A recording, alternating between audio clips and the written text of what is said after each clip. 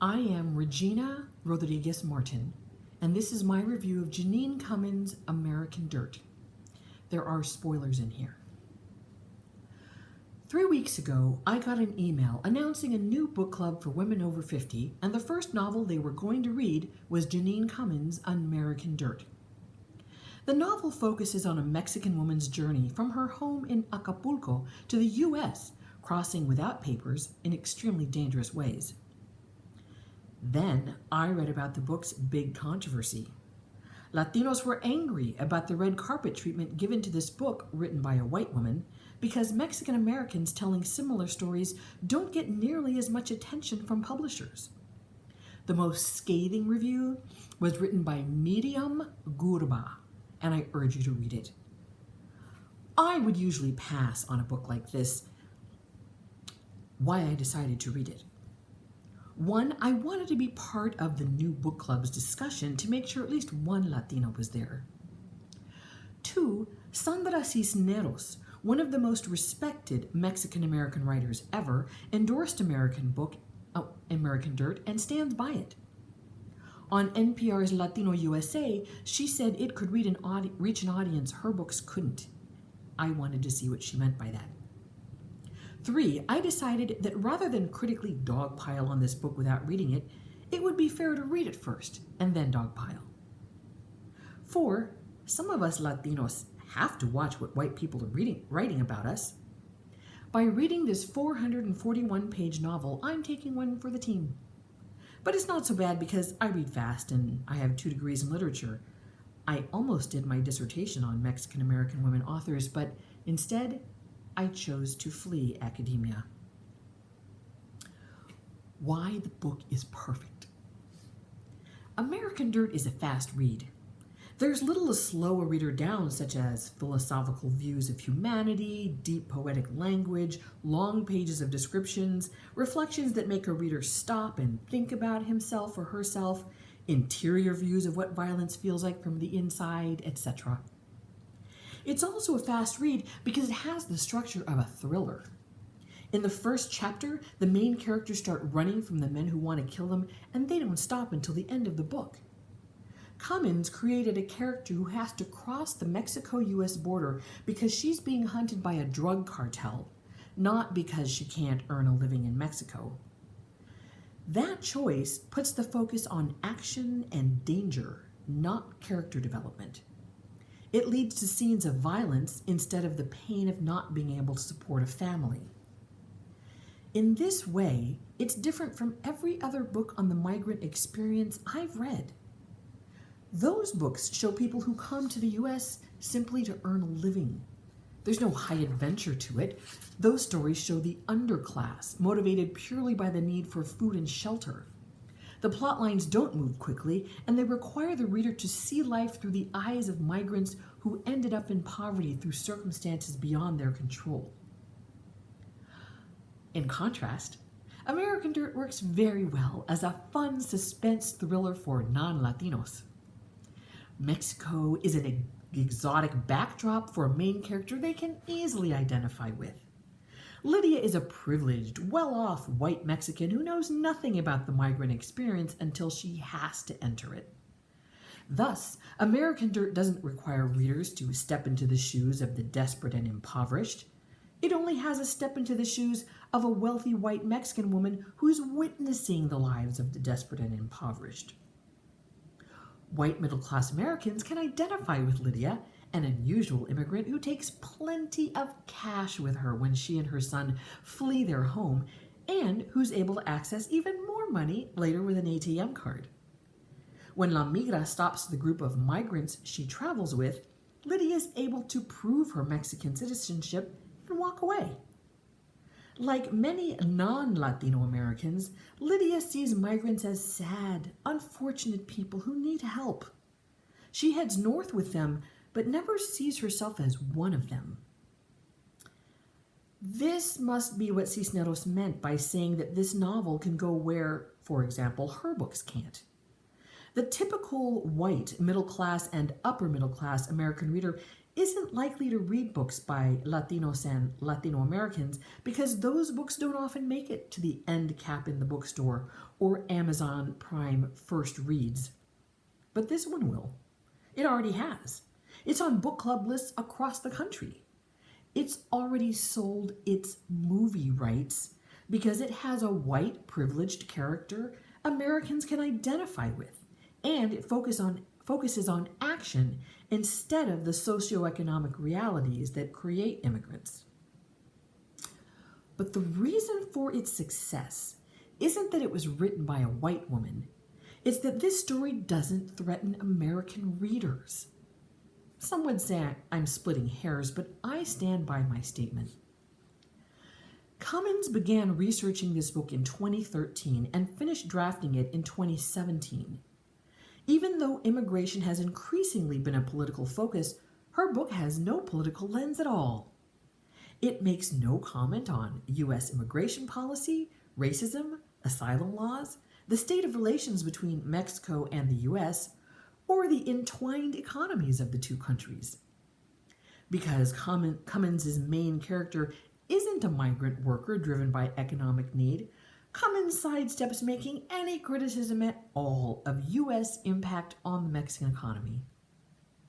The absence of any such criticism is part of what makes this novel so palatable to Americans who aren't Latino and so enraging to Latinos.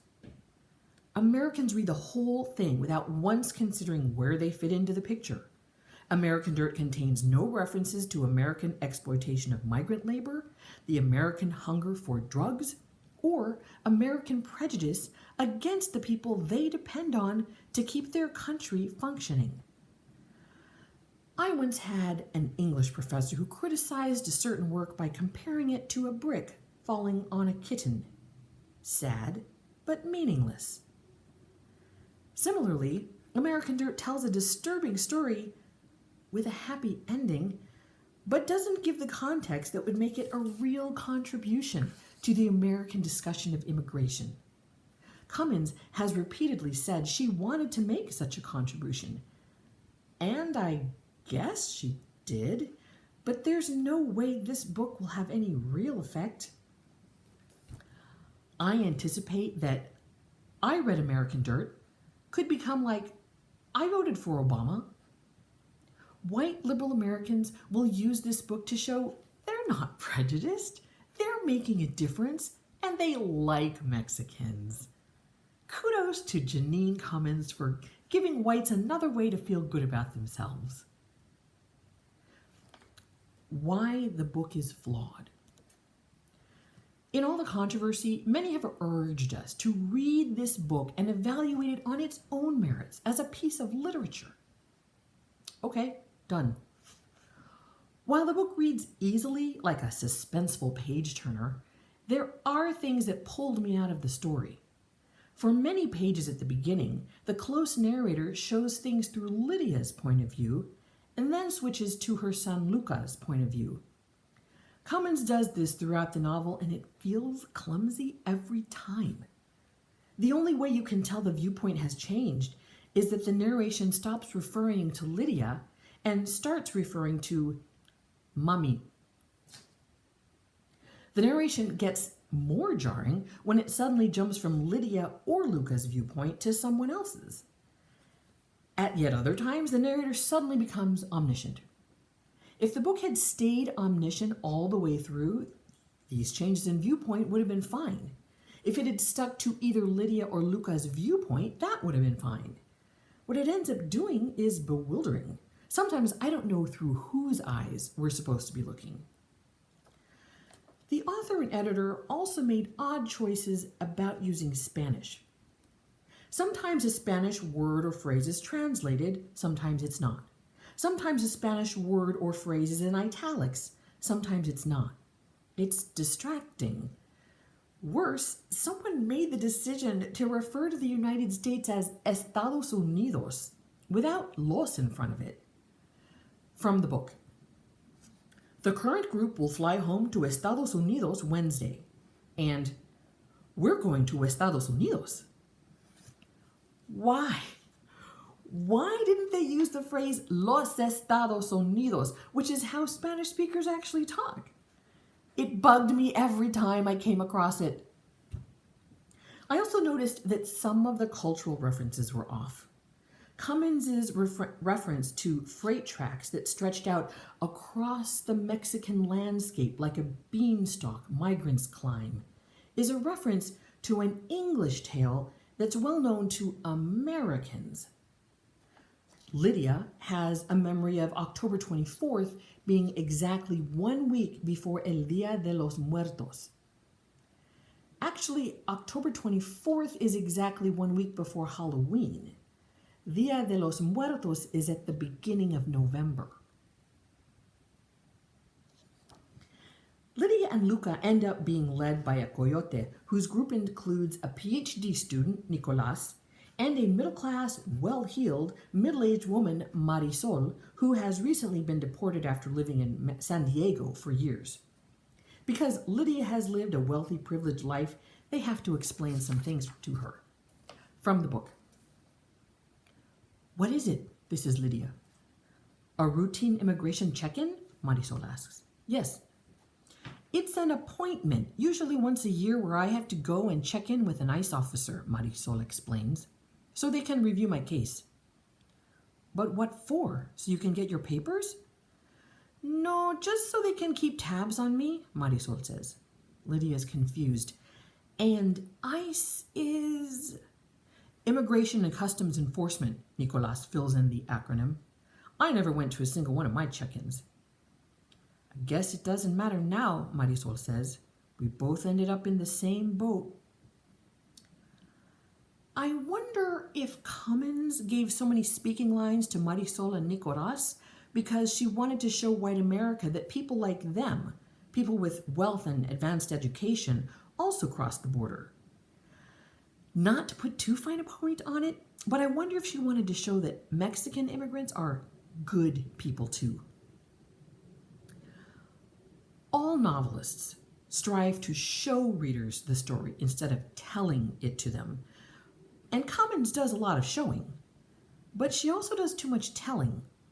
In the previous quotation, after a while the questions and answers take on the feel of an after-school special. A few pages later, Marisol describes the detention center she was in. From the book. So many mothers in there without their daughters, without their children.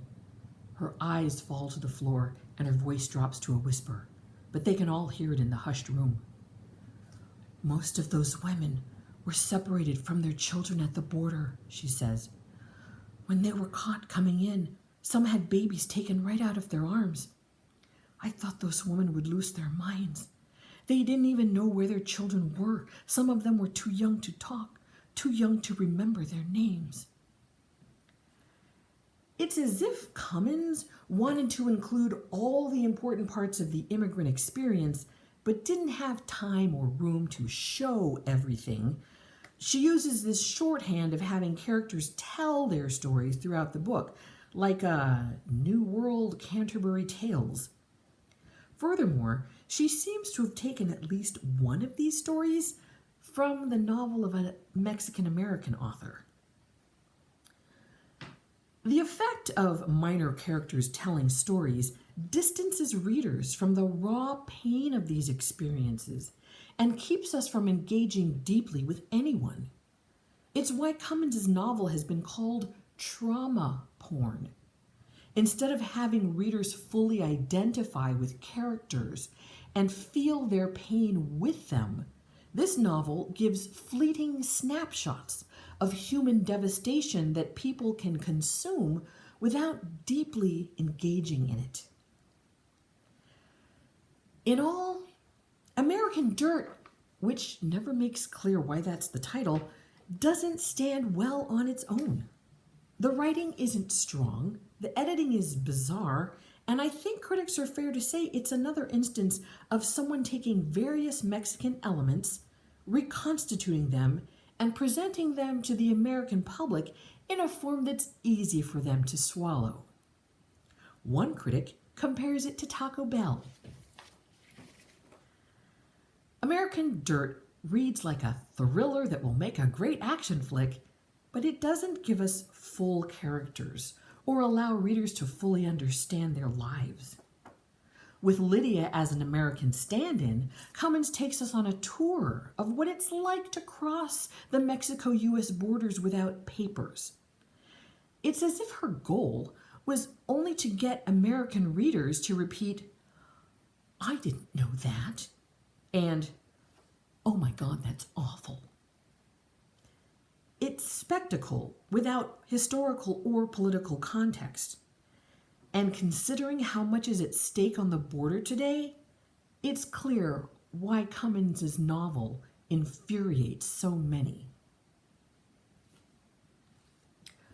I am Regina Rodríguez-Martin, and you can get more of my opinions on my blog, Chicana on the Edge.